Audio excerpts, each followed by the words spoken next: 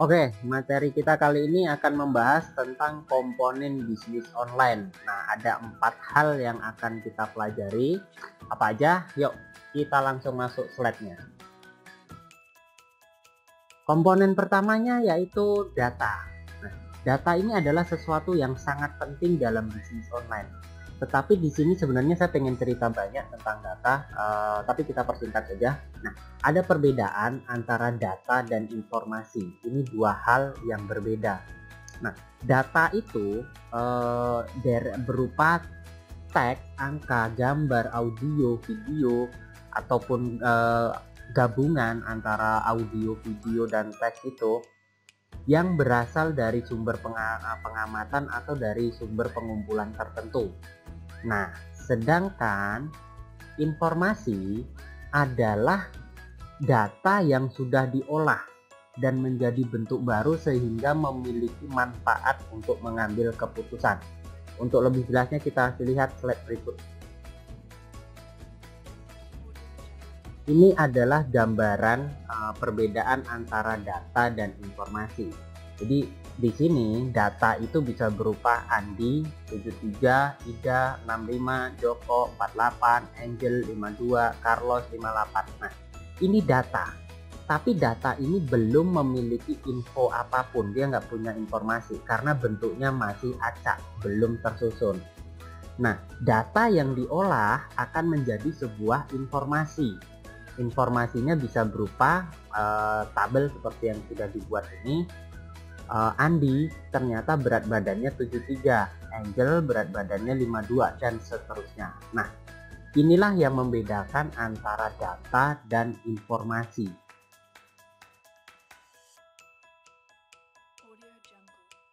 Komponen yang kedua yaitu software. Software ini biasa disebut juga kalau bahasa Indonesianya perangkat lunak. Software adalah suatu program atau kumpulan perintah yang berfungsi sebagai pengatur aktivitas kerja komputer dan seluruh instruksi untuk menjembatani interaksi antara user dengan komputer. Jadi yang bisa menghubungkan kamu antara manusia dengan komputer itu ada yang namanya software. Misalkan kamu belanja online. Nah, kenapa orderan kamu itu bisa diterima oleh pedagang dan barangnya nanti dikirim ke kamu? Itu karena ada software yang menghubungkan antara keinginan kamu dengan penjual sehingga terjadilah transaksi. Ini contoh beberapa software yang sangat membantu dalam bisnis online. Di antaranya ada Dreamweaver, itu biasanya orang pakai untuk bikin website. Kemudian ada Firefox dan Google Chrome, itu untuk internetnya, untuk browser. Dan ada lagi HTML atau PHP, itu digunakan untuk pemrograman. Jadi kalau kamu hobi dalam bidang pemrograman website, kamu bisa gunakan HTML atau PHP. Tetapi sekarang kalaupun kamu tidak menguasai ini semua, sekarang itu sudah banyak sekali platform-platform yang menyediakan tempat untuk bisa berbisnis seperti Tokopedia, Shopee, Lazada, dan segala macamnya. Tetapi jika kamu memiliki sebuah perusahaan yang cukup besar dan ingin mempunyai marketplace sendiri, ini sangat disarankan kamu menggunakan beberapa software ini. Yang ketiga, komponen yang harus dimiliki untuk menjalankan bisnis online adalah harus punya skill. Kamu harus punya kemampuan dalam bisnis online. Di antaranya, kamu bisa bikin website, atau kamu bisa membuat blog, terus kamu bisa menggunakan SEO, kamu mampu menggunakan email marketing. Saya rasa kalau kamu ini sudah nggak ada masalah lah untuk kirim email. Mudah-mudahan lah ya. Jangan-jangan masih ada yang belum bisa. Kemudian mampu menggunakan sosmed, ini apalagi, dan yang terakhir itu mampu menganalisa. Nah, untuk bagian menganalisa ini rata-rata platform jualan online itu sekarang sudah menyediakan analisa. Jadi kita tinggal buka aja datanya, nanti semua grafiknya, laporannya, semuanya sudah ada di sana. Kemudian dari beberapa skill yang harus dimiliki tadi, yang pertama itu tadi kan desain website. Di sini kalau kamu nantinya menjadi seorang desain website, yang harus kamu perhatikan itu yang pertama adalah user friendly. Artinya website yang kamu bikin itu harus mudah digunakan. Sebagai contoh, aplikasi yang booming sekali dan banyak dipakai itu seperti WhatsApp. Kenapa bisa menjadi begitu terkenal? Karena WhatsApp menawarkan sebuah kemudahan. Orang-orang yang udah tua-tua pun gampang belajar WhatsApp, seperti hanya SMS gitu saja. Kemudian yang kedua yang harus kamu perhatikan adalah kompatibel dengan berbagai browser. Jadi kalau bikin website itu harus bisa dibuka di pakai Google Chrome lancar, pakai Mozilla juga lancar, pakai Opera bisa. Nah, ini perlu diperhatikan. Ini sebenarnya kita harus cerita lebih panjang lagi, tapi karena belajar online saya nggak bisa bikin video terlalu panjang, kasihan kuota.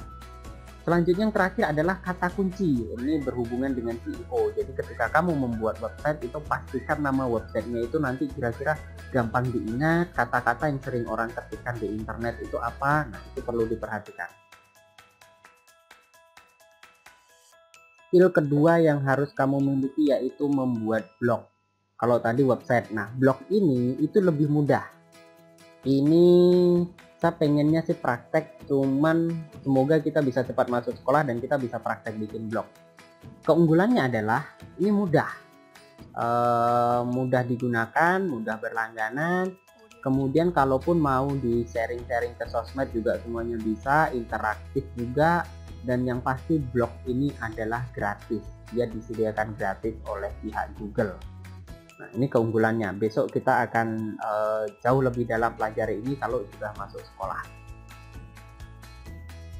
Skill selanjutnya yang harus kamu miliki yaitu skill untuk membuat SEO supaya nantinya bisnis kamu makin optimal. Nah, untuk bikin SEO ini yang harus kamu perhatiin hampir sama dengan bikin website. Pertama harus friendly, jadi mudah dimengerti oleh si program SEO karena ada aturannya. Lalu kamu harus memasukkan namanya keyword atau kata kunci. Ini misalkan kalau kata kuncinya kayak yang saya bilang kemarin, kita ketik ayam geprek, maka semua kata kunci dari ayam geprek itu akan menampilkan gambar-gambar ayam geprek. Nah, kemudian kata kunci itu juga bisa diintegrasikan ke sosmed. Jadi apa yang booming di sosmed itu bisa diintegrasikan, dijadikan SEO di website. Dan yang terakhir ini adalah kata kunci panjang. Ini digunakan karena ada beberapa orang yang mencari produk itu menggunakan diketik panjang-panjang gitu. Karena mungkin dia nggak tahu nama produknya sehingga dia ketikkan panjang-panjang. Alat untuk membasmi tikus, karena ini juga harus support seperti itu dalam membuat SEO. Skill berikutnya yaitu pemasaran dengan email marketing. Mungkin email marketing ini terdengarnya tidak familiar atau jadul atau gimana, tetapi kalau kamu mau cek, coba kamu buka Gmail di Google kamu buka email, di sana tuh ada penawaran. Entah itu dari Samsung, dari Lazada, dari Tokopedia, pokoknya dari mana tempat kamu pernah belanja online, nanti mereka akan mengirimkan email-email promo-promo ke email kamu.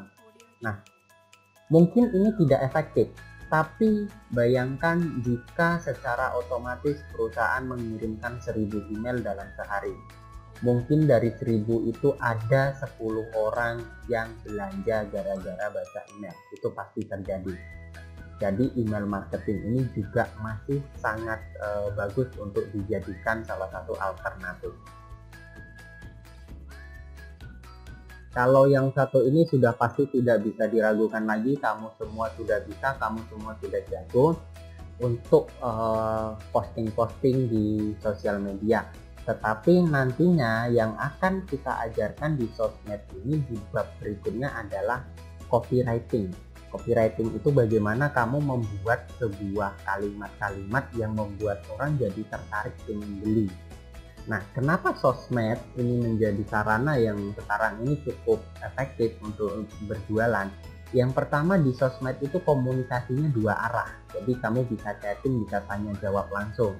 Kemudian di sosmed itu infonya terkini, jadi kamu kalau ada perubahan harga barang tinggal di foto, di update di status atau di story, udah semua orang tahu.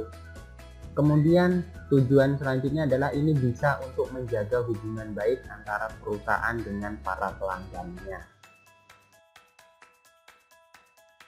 Komponen terakhir, komponen keempat, yaitu network atau jaringan. Ini berperan luar biasa dalam kesuksesan bisnis online. Kenapa? Karena semua bisnis online ataupun offline itu semuanya butuh jaringan. Semakin luas jaringan kamu, bisnis kamu makin terkenal. Nah, jaringan yang biasa digunakan itu kebanyakan sekarang ini adalah melalui sosmed seperti Facebook, Instagram, Twitter, dan lain-lain. Nah, mungkin kamu juga belum familiar dengan LinkedIn. LinkedIn ini adalah sosmed isinya orang-orang profesional semua. Di sana tuh nggak ada alay, nggak ada cabai-cabian masuk ke sana. Kalau Facebook itu kan isinya kalau nggak anak-anak alay ya emak-emak kurang kerjaan. Itu aja yang masuk di Facebook sekarang. Kamu sendiri saya yakin juga jarang main Facebook. Nah, tetapi semuanya ini sangat membantu sekali dalam bisnis online. Baiklah, semoga kamu bisa memahami. Meskipun penjelasannya sangat singkat, saya berharap kita akan segera bisa ketemu lagi di sekolah. Sampai jumpa di pelajaran berikutnya.